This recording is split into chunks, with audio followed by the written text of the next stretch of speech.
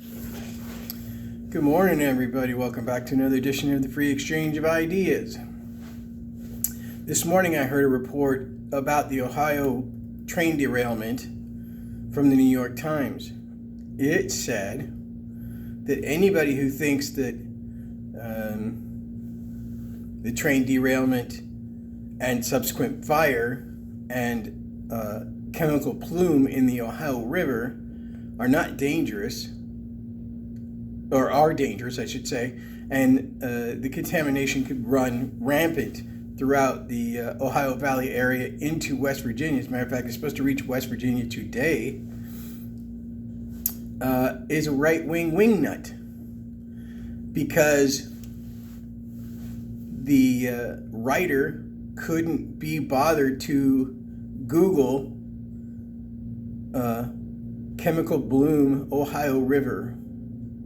There's a lot of interesting information about that. Even MSN covered that properly. But the New York Times is a left-wing nut newspaper and has no bearing on real life anymore.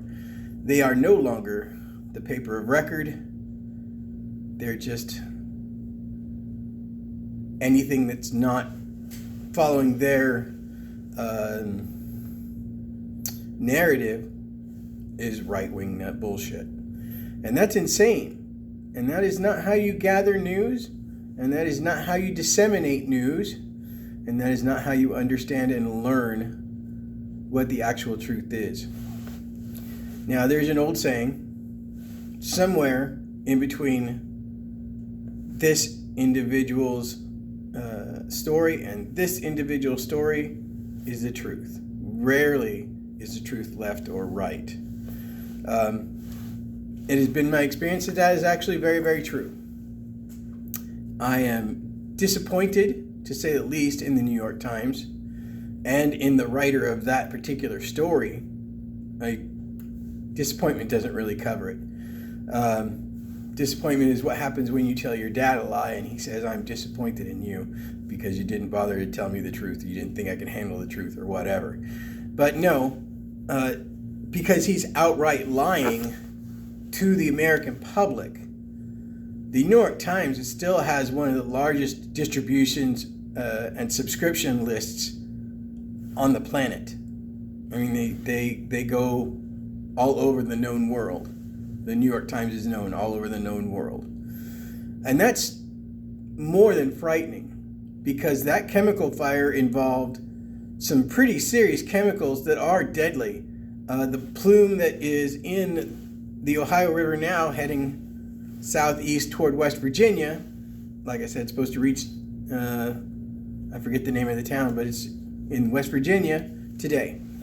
And that's several hundred miles downriver from the incident. So, for a newspaper of the New York Times reputation to just blow off any possibility that people are going to die. Fish are dying in that river. They're seeing dead fish floating down the river. People are becoming sick because they receive water from that river into their homes. It goes through a plant, but there's a lot of chemicals that aren't filtered out because they aren't expected to be in the water. So those filters, kind of like Detroit, I think there's going to be a lot of people with fire coming out of their faucets.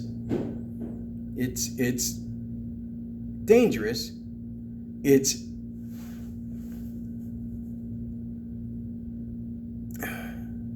the fact that the Biden administration is unwilling to make that a disaster area and give them funds to help them clean up tells me a good deal about, one, the Biden administration, two, the federal government, and three, the northeastern area, Michigan, Ohio.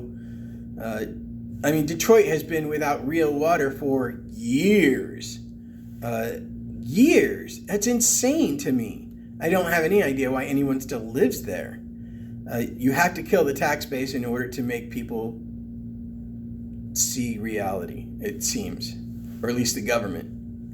And again, there's nothing the government has ever done that works well all the time, or even remotely all the time.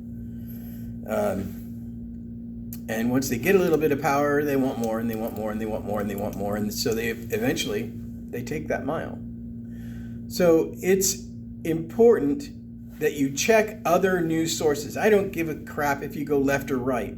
I really don't. But you should always check more than one news source. You shouldn't allow your understanding of the world to be so myopic that you only check or read or listen to one source, because you will never get the truth from a single source. It's not possible.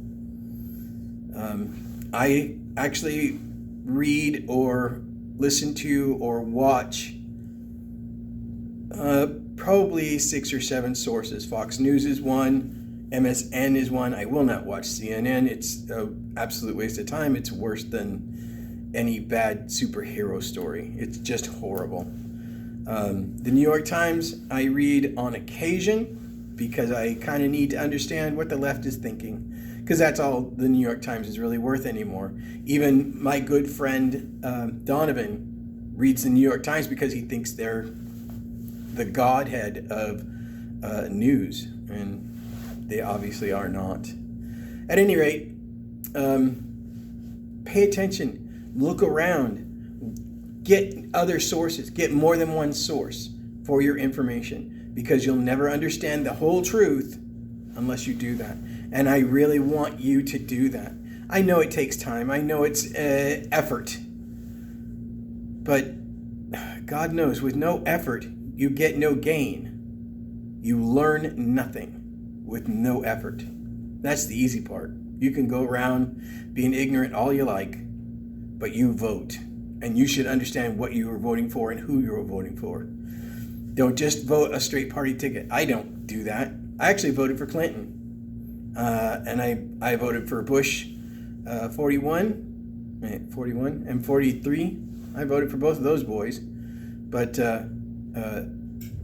I don't vote a straight ticket. I try to find people that I understand what they are trying to do. And if we align fairly well, then I vote for them. If we don't, I don't vote for them.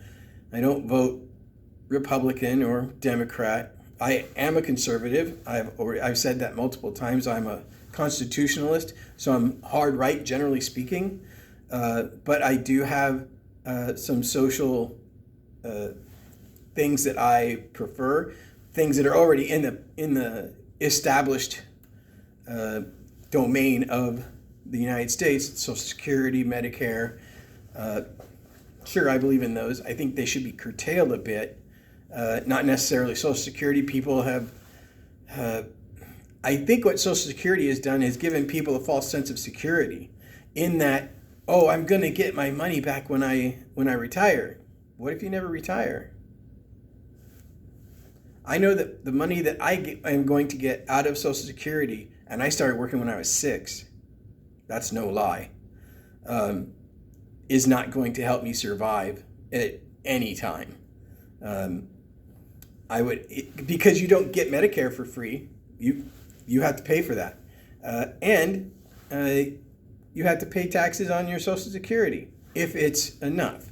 If you don't make it to the poverty level, and I won't, no matter where I live, I won't make it to poverty level on the amount of Social Security I will receive according to Social Security. Then you don't pay taxes on it, because you don't make enough money to survive. Poverty level. Think about that. So you have to have a 401k, which they put many restrictions on, and you have to take a minimum amount every year, blah, blah, blah. It's a big pain in the butt. And you have to count on the stock market to help you bring your money up. And this has not been a good 3 years for my stock market, stocks and stuff. But it looks like it might be bouncing back. But I lost a lot of money in the meantime. I won't make that money back enough that I continue to bump up. And this month I'm 61, so I've only got about 14 years before I hit maximum retirement age, which is kind of where I'm trying to get to, because I want to leave as much of my retirement to my wife as possible, because I don't expect to live too much longer than that if I live that long. So, as much as I am actually doing better physically, I'm still not young, and I'm still beat to shit because I treated my body like Disneyland when I was younger. So I got busted bones and all kinds of crap. Nonetheless, I do my best. And that's what we're expected to do as humans, right? To do our best. I don't know how to explain what that is to anyone. I know what that is to me. So I know I'm rambling a little bit because I got off the Ohio thing and onto the New York Times thing, and then now here onto retirement. And it's just chain of consciousness. That's all I do. I'm not good at really anything else. I hope that this helps you. That's really all I'm doing this for, is to help you guys figure out where it is that you need to be in your life. Figure out what you need to expect from the people that are our leaders. I say our leaders because that's a term that the leaders coined, not us or the news. So, all that being said, I think I'm going to go ahead and break off here. And the ramble is getting a little long. Oh my God, I'm coming up on 12 minutes. That's just crazy. Hey, thank you again for coming back and checking us out. I really do appreciate it. Like, subscribe, hit that bell icon so you get all of what little content I put out. And live long, fight hard, win the day. See ya!